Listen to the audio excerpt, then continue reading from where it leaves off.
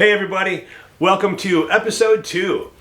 Today we're going to walk around my chopper, Merlin's Beard. I built this back in 2013. I've been riding it ever since. It's a super fun bike.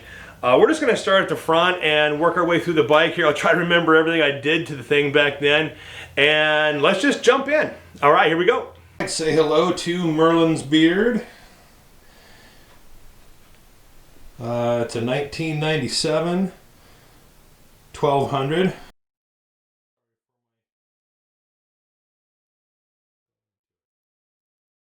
All right, starting at the front here, we've got a 19-inch wheel, and it's also a moto iron Springer.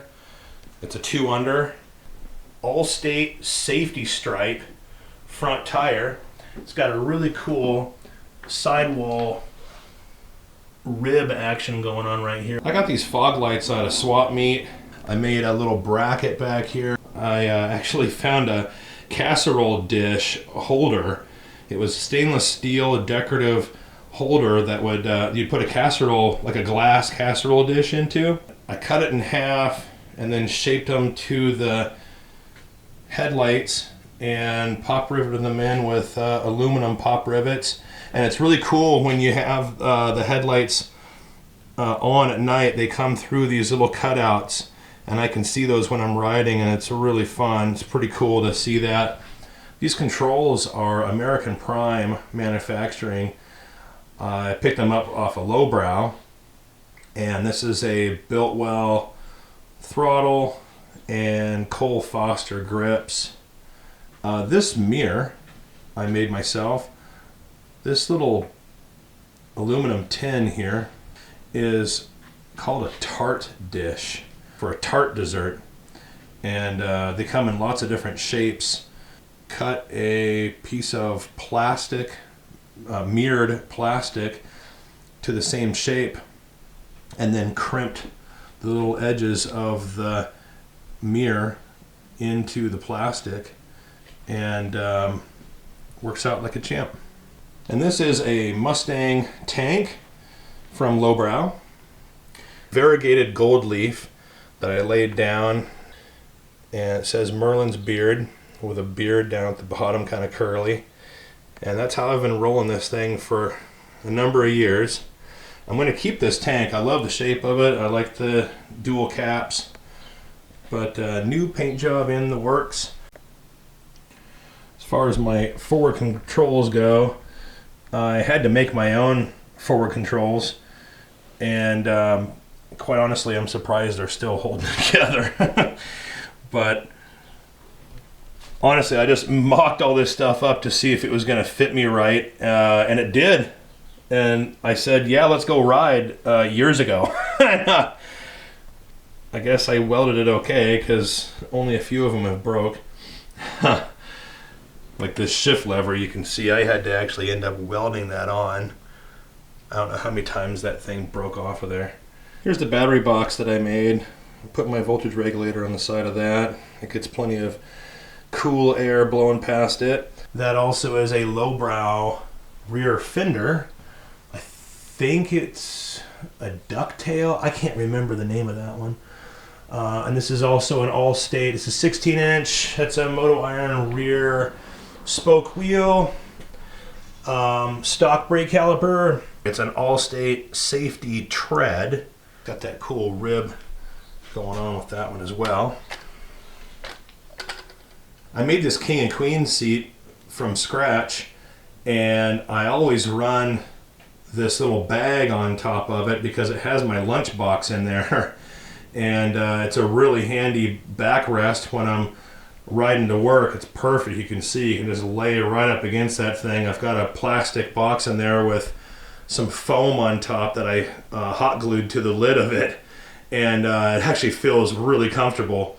Before I pull that lunch box out, I just wanted to show you the straps on this side and how they cinch down. Little squishy top on there, and put your lunch in there. We're good to go. You can tell I've been running that thing for a while. Look at there, it's all indented the seats. Hey, let's talk about this king and queen seat for a second. I'm really proud about this seat and how it came out. I designed this seat, and built it from scratch. It's got a metal pan underneath the seat. It's got high density foam and then medical gel on top. It's a leather cover that I hand tooled with dragon scales, and then I hand braided this whole thing with a braid that I'd never done before, or a lacing pattern that I'd never done before here. And the real neat thing I love about this seat is that even though this princess perch is padded on top and padded on the back, this portion right here is steel. And if you lift this lid up, little sneaky cubby hole, there's a little cabinet latch right here, but this is my tool bag. Down in here we've got shop rags. I've got a pill bottle with nuts and bolts down here, flashlight, and then my tool bag. But yeah, you just lower the lid down and looks just like a king and queen princess perch.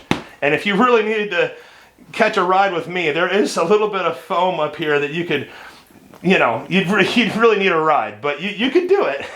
All right, we should talk about the Sissy bar here real quick. It's all stainless steel. These vertical tubes are just that. They are tubes. They're hollow. They're very thick wall, but they are hollow. And I was able to run my wiring up through there and cross over behind my seat. So behind my seat and this back plate, my wiring goes over to my lights, so my wiring doesn't like curl around the Sissy bar. It's all hidden away and safe from chafing.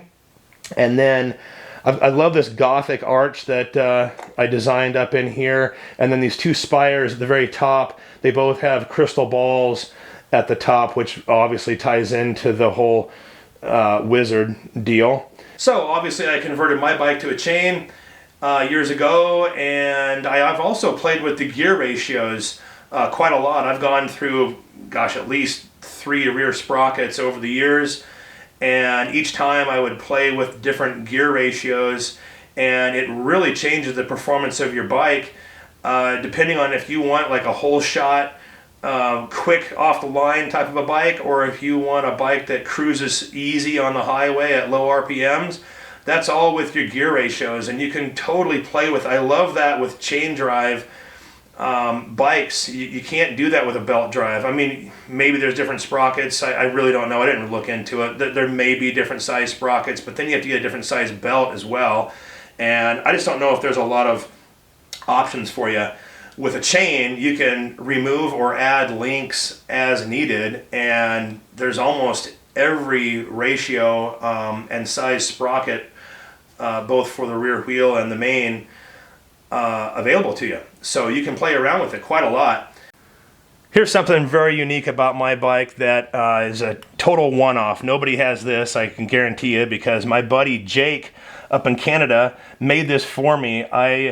I can't, honestly, it's been so long, I can't remember if I sent him these amethyst crystals. He created this cap, set these crystals into the top, but here's the cool part. I sent him some drawings of what I wanted for the dipstick, and he nailed it. Check this out. I just love that. Super cool. He just so nailed that. So that's my dipstick. How neat. Very cool. Thanks, Jake. You nailed it, buddy. Now, there's a whole bunch of cool stuff on this side of the bike that I really enjoy. A lot of unique features. This electrical box I built myself. I like all the angles and stuff. It is a little chunky. I may slim it down or go in a different direction when I break the bike down, not sure. But this barrel key I love because it's just an on-off, but the main thing that I like most about it is that when you turn it to the on position or the off, you can remove the key. I don't like having my keys hanging off the side of my bike.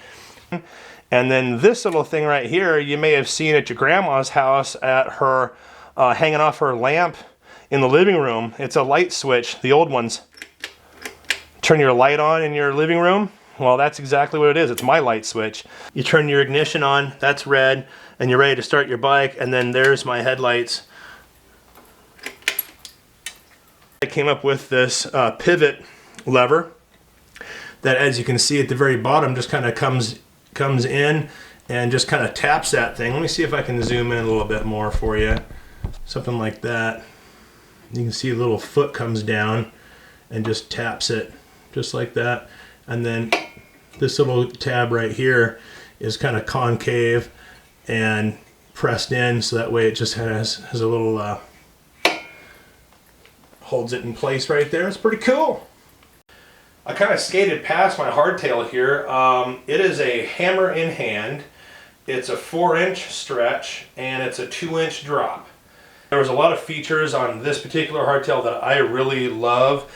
Let me see if I can get you in and show you the things that I really liked about this one over the other ones. This axle plate right here, just this radius, how it comes down, I just really liked the shape of that. The other thing that I really liked about it is that this lower leg continues on and has nice flow right into the rest of the frame. I've got my brake line kind of zip tied to the frame right now. I'm going to be fixing all of that.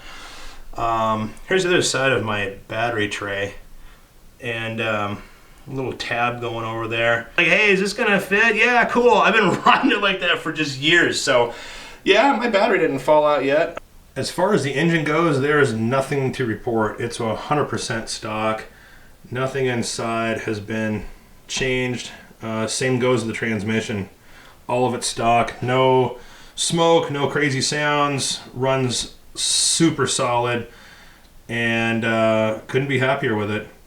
I've got the CV carb, original one it came with, a choke relocator, idle adjustment right here with just a valve cover, a wing nut deal, so it's really easy to do it with my gloves. I love running transparent fuel line just so I know what's going down. Look at these forward controls. This is just a mishmash. I had to weld on these two tabs to accept this peg. And then look at this forward control here. This is literally held on by the crummiest tiny little tack. There's like 4 little tacks. I can't believe that hasn't just snapped off. Just can't believe it. I forgot to show you, it's not a real huge deal, but this is the LED turning indicator on the back. And I just put a pipe on the frame. The wiring goes through the frame, pops down in there, and then pops back out. You can see into my Sissy bar. Pretty inconspicuous. I mean, you can't even really see it from the side. So, you know, it's not like it's a big, huge, well, it's nothing like that, right? All right, everybody, that's the end of this video. Thanks a lot for checking out my bike and walking around it with me. If you have any questions or if I missed something that you saw on the bike, put it in the comments. I will try to answer questions. The next video, we're going to be addressing my exhaust. Love the dual tips in the back, not going to touch that, but there's a few bends in the exhaust that I've never really been happy with. There's like a 45-degree bend right off the front jug that I don't necessarily like, and I'm going to put more of a radius bend in that, and so that'll be for the next video. The following video after that, I'm going to be swapping out my CV carburetor for an S&S Super E. I've never ran S&S anything in my entire life, and I'm really excited to do it. And it's not because the lack of performance or any type of operation for this CV. It is a very good carburetor. I actually love this carburetor. Easy to tune, stays in tune, and it's actually ran better this last year than it ever has ran. And I'm really excited how well it's running. But there's other things about CV carburetors that I'm not too excited about, choke being one. I can get into the weeds once we actually get there. But I'm really excited about the S&S carb. I've got it. I've got the intake and everything. It's going to be a brand new swap for me. Haven't done it. So you'll be right there with me as I stumble along and yelling at me at the screen, don't do it that way. So we're gonna find out how much I mess up, but hey, you know, that's part of building stuff, is learning stuff, you know, and so that's what's gonna happen. We're gonna do some exhaust, we're gonna do some cutting and some welding on the next video, and then the one after that, we're gonna swap in that S&S. We're gonna have to tune it, probably rejet it. We're gonna rip it around and make sure it runs exactly, or at least as good as it does right now, or better. Before I break this whole bike down. I want to make sure that I've got a really good running engine before I break it down. That way when this whole bike gets put back together again, there's no mysteries as far as just the running of the bike. So that's what's going to happen. So until the next video, thank you so much for stopping by today, and we will see you on the next one. Bye now.